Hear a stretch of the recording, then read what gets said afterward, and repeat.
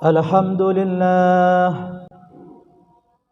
Alhamdulillahi Rabbil Alamin, wal aqibatu lil muttaqin, wala udwana illa 'alal zalimin. Faqad qala Allah Ta'ala fi kitabihil karim, na'udzu billahi minasy syaithanir rajim. Bismillahirrahmanirrahim. Anfiqu mimma razaqnakum min qabli an ya'tiya ahadakumul maut fayaqula rabbi laula akhartani ila ajalin qarib fa asaddaqa wa akum minas salihin. Hadirin sidang Jumat yang dimuliakan Allah Subhanahu wa taala. Dalam matematika kehidupan, ketika apa yang kita miliki kita bagikan dan kita berikan kepada orang lain, pastilah berkurang apa yang kita miliki. Kita memiliki dua buah apel, lalu kita berikan kepada orang lain satu apel, maka berkuranglah apel yang kita miliki.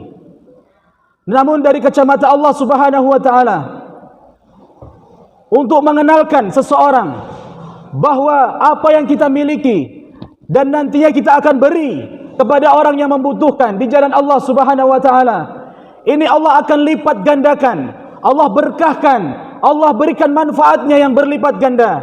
Ini tidak mudah, hadirin sidang Jumat yang dimuliakan Allah. Begitu banyak manusia di antara kita berjibaku, bersusah payah mencari rizki Allah Subhanahu wa taala. Setelah rizki itu kita dapat, maka timbullah rasa pelit di dalam hati kita. Seakan-akan harta yang kita bagi ini akan terus berkurang, karena kitalah yang mencari rezeki itu dengan susah payah. Maka ada rasa sayang dalam hati kita untuk berbagi kepada orang lain. Maka kalau tolak ukurnya seperti ini, maka manusia akan diliputi sifat hedonis. Kebahagiaan itu kalau sudah banyak duit. Manusia akan diliputi rasa materialistis, maka semuanya harus menggunakan uang. Na'udzubillah summa na'udzubillah. Maka pada kesempatan Jumat yang berbahagia ini, sebagaimana yang sudah dijadwalkan bahwa judul khutbah pada siang hari ini adalah hidup mulia dengan bersedekah. Hadirin sidang Jumat yang dimuliakan Allah Subhanahu wa taala, dengan kita mau berbagi, memberikan apa yang sudah kita dapatkan dari rezeki Allah, itu tandanya kita percaya iman kepada Allah. Kalau selama ini yang memberi kita ini adalah Allah, kita dulu tidak punya apa-apa, Allah titipkan harta yang melimpah yang banyak itu, maka perintah Allah Subhanahu wa taala, anfiqu, berusahalah kalian untuk berinfak, berbagi sebelum datangnya maut. Sebagaimana Allah Subhanahu wa taala berfirman dalam Quran surah Al-Munafiqun di ayat ke-10-nya. Allah Subhanahu wa taala berfirman, "Anfiqu mimma razaqnakum min qabli an ya'tiya ahadakumul maut." Berinfaklah kalian tentang apa yang sudah aku telah rizkikan kepada kalian semua, min qabli an ya'tiya ahadakumul maut, sebelum datang yang namanya mati itu. Maka hadirin sidang Jumat yang dimuliakan Allah, hari ini barangkali belum tersadar juga mata hati kita untuk saling berbagi dan saling memberi satu dengan yang lain. Karena menurut Allah Subhanahu wa taala, matematika kita tidak sebanding. Apa yang kita beri menurut Allah Subhanahu wa taala justru semakin bertambah karena keikhlasan dan kadar kualitas yang apa yang kita beri. Maka hari ini menjadi pelajaran bagi saya sendiri dan kepada seluruh jamaah untuk sama-sama memberikan apa yang telah Allah rizkikan sebelum datang kematian itu. Maka dalam riwayat yang lain, kenapa manusia itu bangga dengan sedekahnya? Karena as-shadaqatu tudfi'ul bala. Sedekah yang kau berikan itu bisa menolak dari beberapa bencana.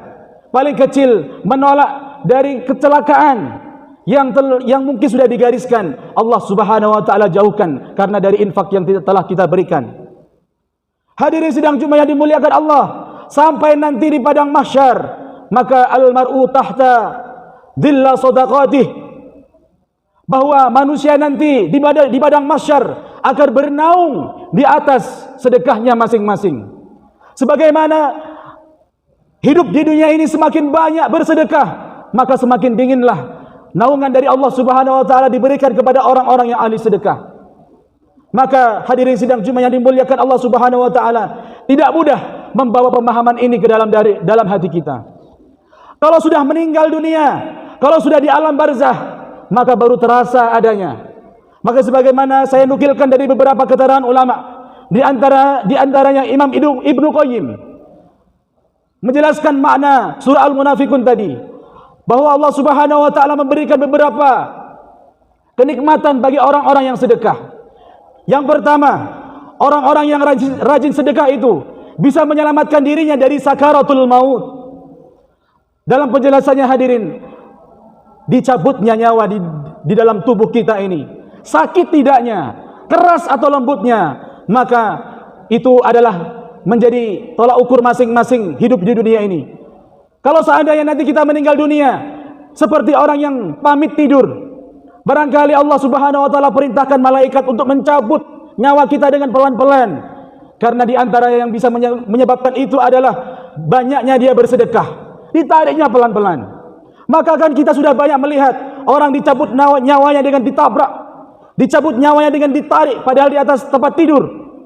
Tergolek. Berapa lama dia koma, terbaring. Na'udzubillah summa na'udzubillah. Justru sedekahlah yang membuat dirinya ringan sakaratul maut. Yang kedua, hadirin sidang Jumat yang dimuliakan Allah, untuk membuka hati kita untuk gemar bersedekah, bahwa lampu yang paling terang di tempat kita nanti di kuburan justru adalah sedekah. Semakin banyak orang bersedekah, maka Allah Subhanahu wa taala berikan lentera yang sangat terang dan indah adanya. Itu nanti kalau kita sudah mampir ke alam barzah, bagaimana ini diceritakan, Rabbi laula akhartani ila ajalin qarib fa asaddaqa wa akum minas salihin. Menurut para ulama, orang-orang yang sudah masuk di dalam kubur, mereka menyesal, meminta kepada Allah untuk hidup lagi. Supaya apa? Bukan hanya untuk salat, beribadah, tetapi di antara rintihan orang-orang yang sudah mati itu adalah mereka ingin hidup kembali, ingin bersedekah. Fa asaddaqa, ya Allah, aku ingin bersedekah, wa akum minas salihin, supaya aku menjadi orang-orang yang saleh. Tapi kan itu tidak mungkin. Kalau sudah meninggal, ditutuplah kesempatan itu. Yang ketiga, hadirin sidang Jumat yang dimuliakan Allah, dengan rajinnya bersedekah, ternyata Rasulullah SAW mengabarkan kepada kita bahwa nanti ketika kita selesai melewati Shiratal Mustaqim, akan ada pintu-pintu surga yang dibuka, dan setiap pintunya ada yang memanggil. Dan tidak semua orang terpanggil di antara pintu-pintu surga itu, hadirin. Orang yang rajin puasa maka dipanggil dari pintu Ar-Rayyan. Orang yang rajin tahajud akan dipanggil dari pintu tahajud. Namun ada pintu yang paling indah dan megah, pintu yang paling besar menurut para ulama adalah pintunya as-sakhaya, orang-orang yang dermawan. Orang-orang dermawan ini bukan menyimpan hartanya, melainkan dia sadar bahwa ini adalah titipan dan gemar untuk bersedekah. Kalau di dunia sudah digelari dermawan, nanti di akhirat dia akan disambut oleh para bidadari-bidadari, memanggil dirinya karena dulu telah pernah dia bersedekah. Dan bersedekahnya tidak, bahasa kita tidak kaleng-kaleng, melainkan bersedekah di jalan Allah Subhanahu wa taala dengan sedekah yang ikhlas. Masya Allah, semua mata terpana kepada orang yang dipanggil ini, karena khusus orang-orang yang masuk ke dalam pintu yang megah ini adalah khusus untuk orang-orang yang dermawan, yang rajin bersedekah maupun berinfak. Hadirin sidang Jumat yang dimuliakan Allah. Yang keempat, orang-orang yang gemar bersedekah itu ternyata Rasulullah SAW dalam riwayat yang lain mengabarkan bahwa ciri tanda diterimanya amal ibadah di antara seseorang itu adalah gemar tidaknya dia bersedekah. Semakin dia tahu bersedekah, maka dia semakin dekat dengan semakin dekat dengan zat yang memberi.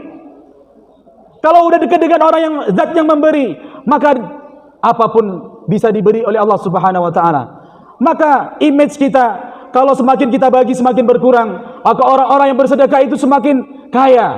Semakin dibagi semakin kaya. Dibagi, diberi, dibagi lagi. maka begitulah adanya orang-orang yang sudah menerapkan konsep infak dan sedekah. Maka amal ibadah kita ini kita pertanyakan, sejauh mana kita beribadah sebanyak apapun, tetapi kalau dalam hati kita masih dalam pelit, memberi, berbagi kepada orang lain, justru itu menjadi pertanyaan bagi kita semuanya. Yang terakhir hadirin, sidang Jumat yang dimuliakan Allah Subhanahu wa taala. Berbahagialah dari keutamaan orang yang bersedekah itu, berbahagialah orang-orang yang dititipi harta sewaktu hidup di dunia. Diberikan gelar kekayaan, kaya, disebut orang kaya pada saat ini. Berbahagialah diri kalian. Maka orang-orang yang diberikan kekayaan itu, dia belanjakan di jalan Allah Subhanahu wa taala, karena di antara dia ingin membelanjakan karena dia takut, karena di antara hisab yang paling besar, yang paling berat nanti di hari kiamat, yaitu di antaranya adalah bab atau masalah harta. Dari mana harta itu kita dapatkan? Ditanya. Dan kemana dibelanjakannya? Juga ditanya. Maka orang-orang yang khawatir tentang rizki, kekayaan yang dimilikinya itu, berbahagialah kata Nabi, kalau dalam rizki itu dia manfaatkan untuk membantu orang lain, memberi makan orang lain, menginfakkan kepada yang membutuhkan, yatim, duafa, orang-orang di jalan, orang-orang yang kelaparan. Karena dia diberi gelar kekayaan orang kaya, maka dia ingat hadis Rasulullah ini.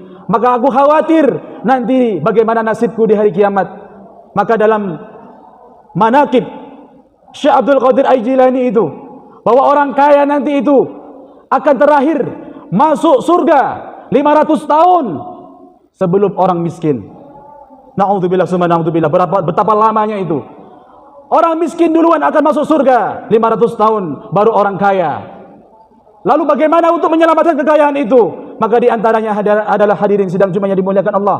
Maka dengan kekayaan itu kita bisa secepat kilat melewati siratal mustaqim sampai ke dalam surga, yaitu di antaranya adalah bersedekah di jalan Allah Subhanahu wa taala. Maka sebagai penutup khutbah, Allah Subhanahu wa taala berfirman dalam Quran surah Al-Imran ayat 261-nya itu, masalul ladzina yunfiquna amwalahum fi sabilillah kamathali habbah ambadat sab'a sanabila fi kulli sumbulatin mi'atu habbah wallahu yudha'ifu liman yasha wallahu wasi'un alim. Perumpamaan orang yang berinfak di jalan Allah Subhanahu wa taala itu diibaratkan seperti satu buah bulir biji, di mana satu bulir biji ini tumbuh memiliki 7 tangkai, dan dari setiap tangkainya ini memiliki 100 bulir, dan Allah Subhanahu wa taala melipat gandakan sebagaimana yang Dia kehendaki. Masya Allah wa subhanallah. Hari ini kita berinfak di kota infak Jumat, barangkali 10.000, 20.000. Menurut kadar keikhlasan seseorang, kalau matematika kita bisa kita hitung, tetapi matematika Allah Subhanahu wa taala tidak bisa kita hitung. Bisa jadi dari 1.000 yang kita infakkan menjadi penyelamat kita dari dunia sampai ke akhirat. Barakallahu li wa lakum fil Qur'anil azim wa nafa'ani wa iyyakum bima fihi minal ayati wa dzikril hakim wa taqabbala minni wa minkum tilawatahu innahu wal ghafurur rahim.